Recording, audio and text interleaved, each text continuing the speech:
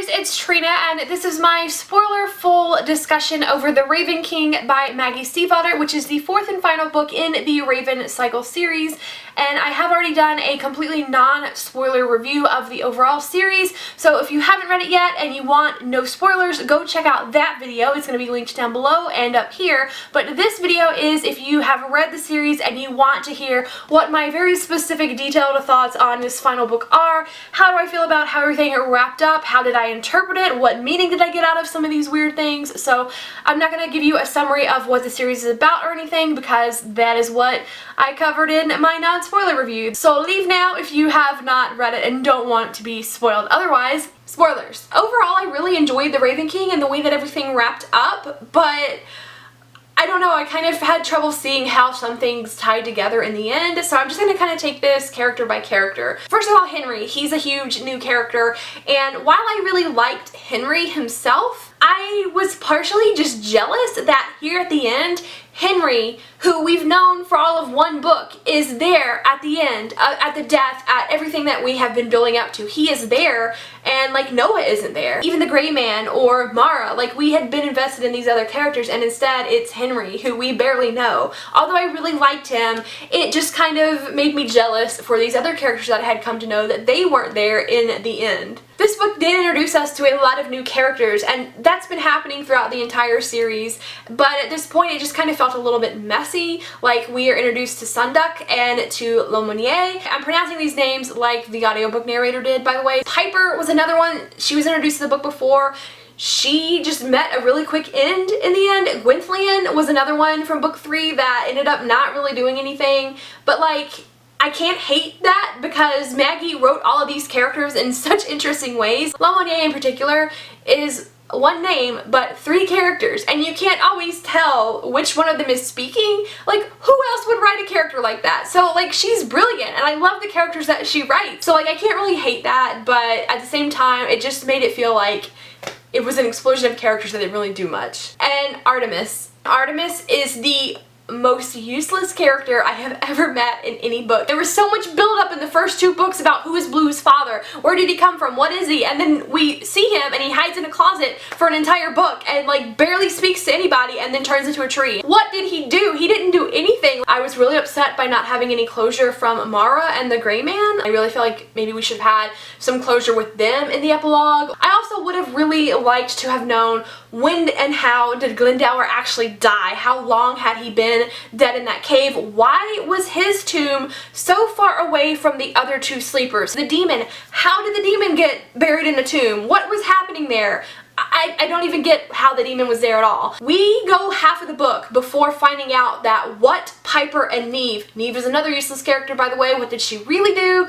I don't know. Piper and Neve woke the demon at the end of book 3, and we don't find out what they woke and what was behind that door until halfway through The Raven King, and yet the first half of The Raven King is riddled with references to a demon, but the characters don't really know that's what's happening. The reader doesn't really know that's what's happening until we get that Piper scene about halfway through and realize what they had woken. And it was like, I think that scene should have been placed closer to the beginning of The Raven King so that it would have been more obvious to us the entire time, like what had possessed Noah and attacked Blue. We didn't realize why the tree was bleeding black because it was being unmade. We didn't realize all those things until you meet the demon, and it didn't even click with me then, oh, all these other things had been because of that. It only clicked with me upon the reread. So I just feel like that scene could have been placed closer to the beginning of The Raven King, and then maybe it would have brought a little bit more of harmony to everything. Another scene that I didn't understand until the reread was Noah's passing. There's one line that says, and then Noah slipped out of time.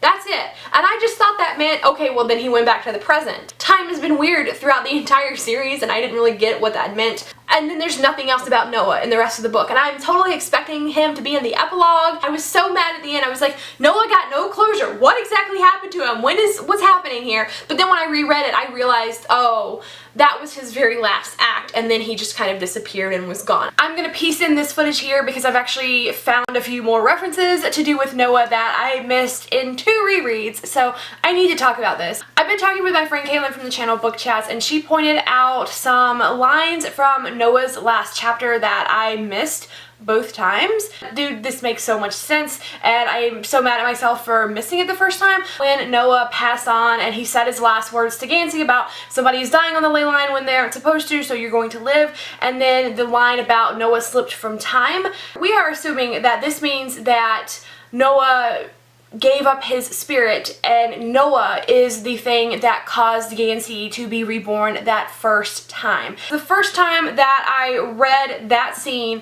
I thought, oh, that's not going to be the end of Noah, because I kept expecting the entire time for there to be an ending scene with Noah where he goes to Blue and says, okay, I'm ready to pass on now, because he's said in like 2 of the books now, I'm not ready yet. So I was expecting a bigger goodbye scene for him, and when that scene happened, I thought all it was saying was that Noah was the voice GANSEY heard, not that Noah actually was the thing that brought GANSEY back to life. The second time I read through this, I picked up on that Noah had passed there, but because I had already finished the book before and gotten that scene about Cabeswater giving up its life for GANSEY, I was operating under the assumption that Cabeswater, existing outside of the laws of time, had brought GANSEY back both times, because when Cabeswater tried to fit itself into that human form to bring GANSEY back on his second resurrection, it simultaneously was doing this in the past as well, because Cabeswater exists outside of time. Once Caitlin pointed that out, I reread Noah's scene a third time, and there's a line in here that talks about how Noah's spirit was blessed by the ley line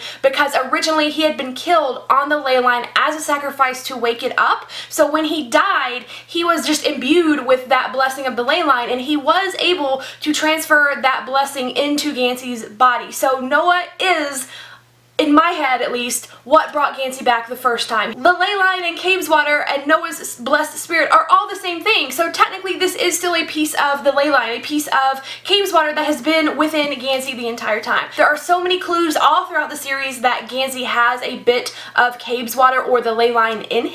And I actually then picked up the Raven Boys and reread this book for a third time, so there are so many clues in here that just I'm in love with the poetry of it, basically. The second time the group goes to Cabeswater, they realize, oh, well, the trees are speaking. But the thing about that scene is that nobody can hear the trees speaking except for GANSEY and Noah. Why is that? Because both of them have been blessed by the ley line. They both have a little bit of the ley line's magic within them. That entire scene where the rest of the group is communicating with the ley line is through GANSEY. He's actually translating what he hears, and then Ronan translates it from Latin to English. The reason he can command things on the ley line, and the reason that he does feel a little bit outside of time and he can hear the trees before the ley line was ever awoken, is because this entire time, from the first point in time that he was resurrected by a piece of the ley line that lived on in Noah, he has had that piece of ley line in him. So Ronan asks Cabeswater at the end of The Raven King if it will give up its life in order to restore GANSEY's, and Cabeswater has this whole scene where it's thinking about how is it going to fit itself into a human-sized body to bring back this life and have that life be immortal life.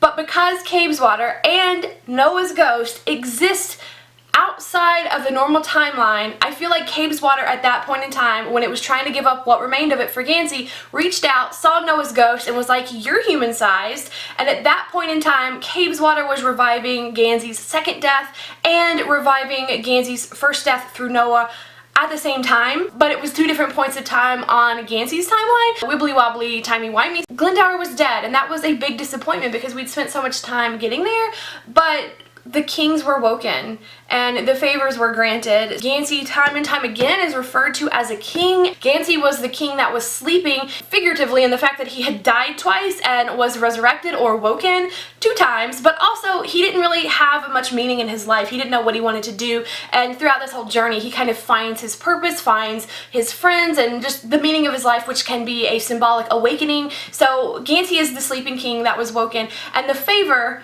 was granted by Ronan, because Ronan is the one that he had dreamt up Cabeswater. He asked Cabeswater to give up its life to resurrect GANSEY, so Ronan is the king that granted the favor. I feel like the message is that we all, just regular people, have the power to change our own destinies and to find that meaning in life. You don't need to be waiting around to find a dead king that is going to make your life better. The whole point was they were the kings of their own lives. Also, I feel like I have to mention the relationships in this book or in this series. I love Blue and GANSEY. I love Adam and Ronan. I love that Adam and Blue were together at first because they thought hey, we're the Misfits, we have a lot in common, let's get together because we're a great match. And then they learned that wasn't really like their greatest matches, and then they went on to other relationships. And I've said in my spoiler-free review that I love the way that these relationships progressed pretty naturally throughout the friend group. I do feel like it's very natural for you to be in a big friend group and maybe have a romantic interest in one person and then maybe somebody else. Ronan and Adam, I don't have much to say because I just love them. Just know that I love them.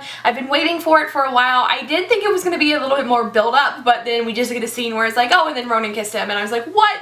I can't believe it happened that quickly. Oh, and I love that immediately after their first kiss, the next scene is Ronan outside standing on top of the barn with his arms spread like he's trying to fly. Like, just imagine if you're Adam, you just were kissed by your best friend and you're like, I don't know how I feel, and you look out the window and Ronan's out there going like, it was just such a funny mental image, in my opinion, that made me laugh so hard. I would love to know what you guys thought about any of this stuff, about the kiss. Did you think that Blue's kiss was actually going to kill him? Did you think that Gansey was actually going to die? Did you see that he would die and then come back? This whole caves water thing and Noah, and just whatever you guys thought about it, please let me know. If there's anything more specific that you want to discuss with me, spoilers are welcome down in the comments. We can further the discussion down there. Thank you so much for watching, and I'll see you in the comments. Bye!